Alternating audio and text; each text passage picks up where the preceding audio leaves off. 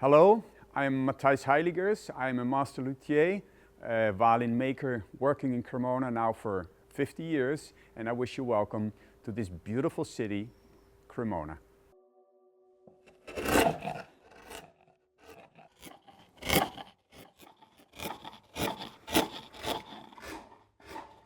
is where the wood actually is seasoning. So this is a very beautiful violin from 1767. My goodness.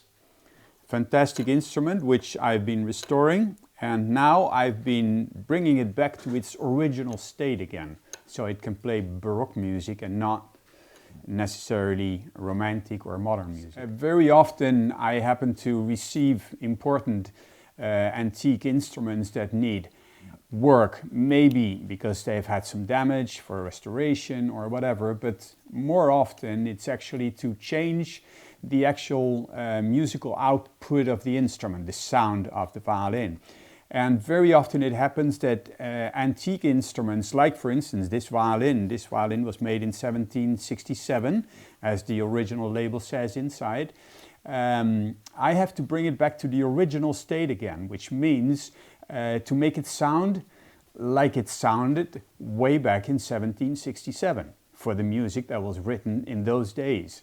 And not much was different actually if we talk about the violin, because it still looked the same. The violin actually hasn't really changed in 500 years, but the sound was very much different. Today we ask a lot of volume from the violin, a lot of strength, a lot of power. In those days people were looking more for sound color and sound quality. So it was good. They were going for a different kind of sound and therefore used different kind of strings. The strings used in those days were made of gut, and today they're made of metal and perlon and other modern materials. How do you bring an instrument back? How do you bring it back to life, or bring it back to the sound that it once created? I have to observe the instrument carefully to understand how it can best sound.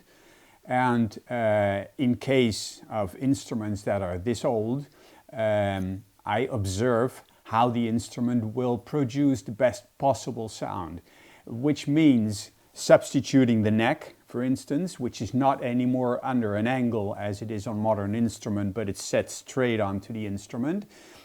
Substituting the fingerboard with the wedge form fingerboard, and also the bridge.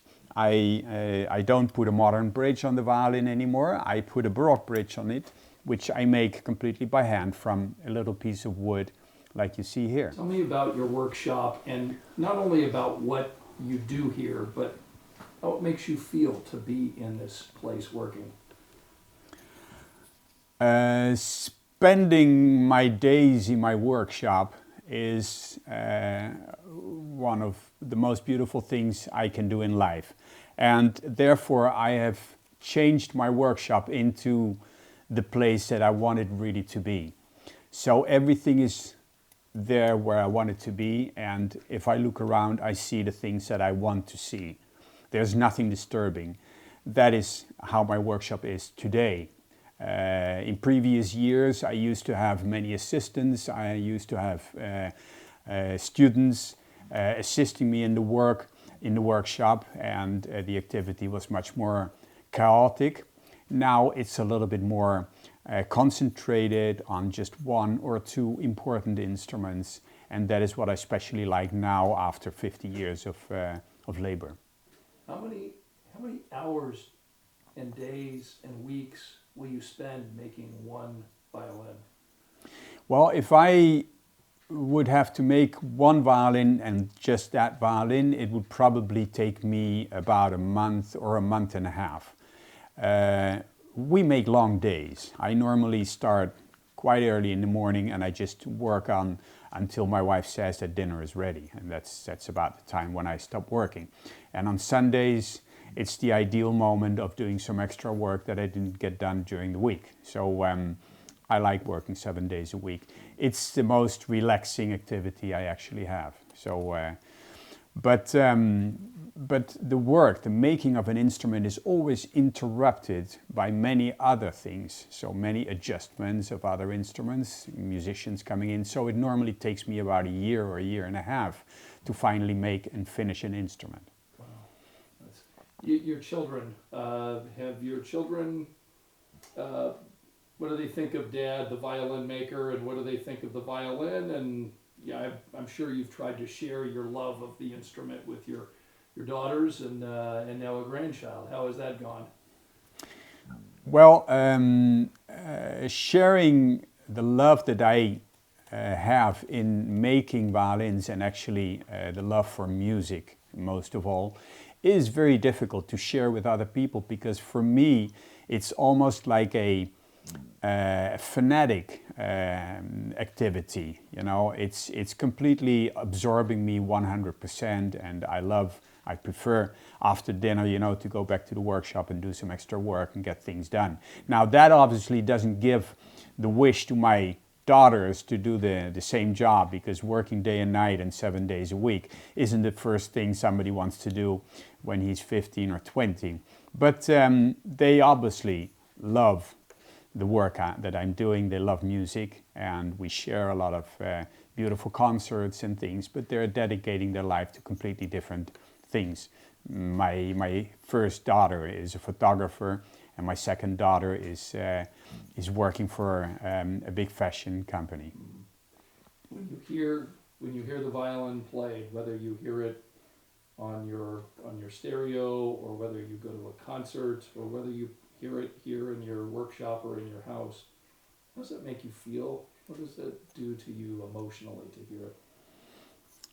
Well, music is one of those things that goes right above anything else. It's first of all, it's an international language. We all speak that language. We all understand music. We can listen to music whether I'm in Europe, in the US, or in Asia, or wherever. It's the same. It's just one language that we all speak, and that makes it something very special. And above that, it's something that is there undeniably, but you can't see it. And when it's over, it's gone, and there's nothing left, only the memory of it. And that makes it very special too. Does the violin and the music sound different in Cremona than it would anywhere else in the world, because this is the birthplace of the violin? Well, the air in Cremona does actually add something to it. I've had that often, that musicians came to Cremona and playing their own violin, they said, well, my violin sounds a lot better here. Maybe it just feels like it's home or something like that. And that has to do with the atmosphere, you know, the climate and everything. We know how a wine tastes from one city to the other, from one country to the other. Actually, you should always taste the wine of the place you are in. That's the very best way to get to know that wine and to appreciate it. If you finish this statement, the violin to Cremona is...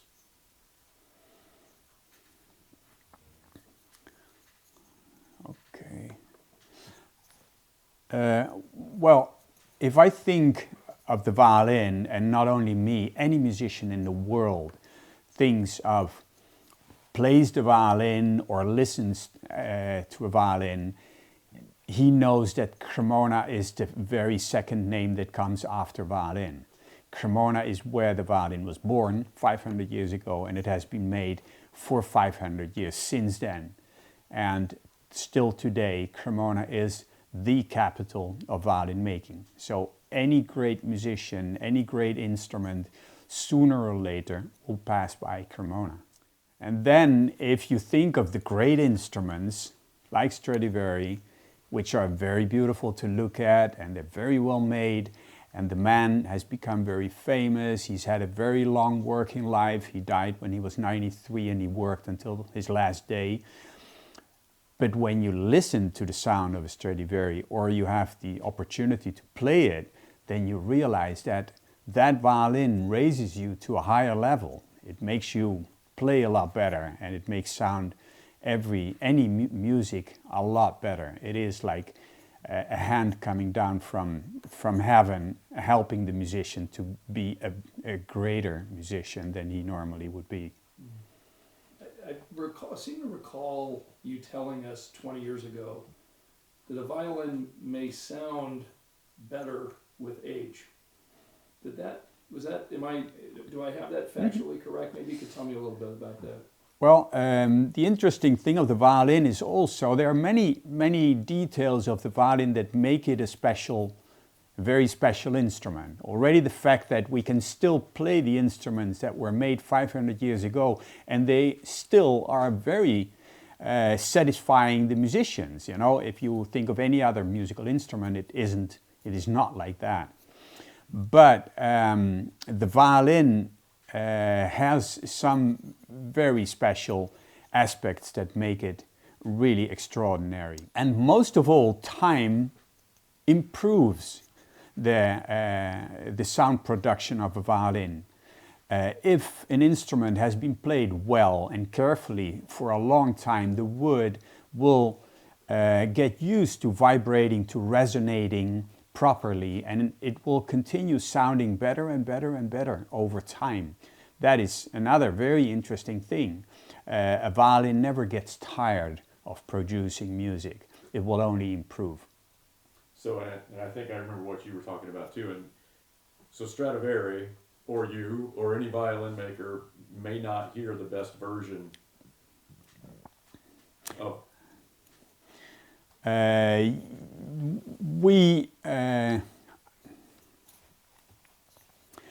I don't think Antonio Stradivari has ever heard the sound of his instruments as we hear it today. Stradivari violin, now 300 years later, sounds probably much better than it used to be in his days.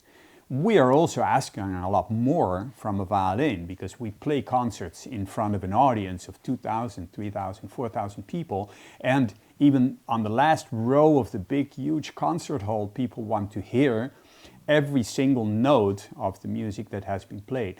So we ask a lot more from the instrument, but the Stradivari violins do give that. They have the capability of producing that much.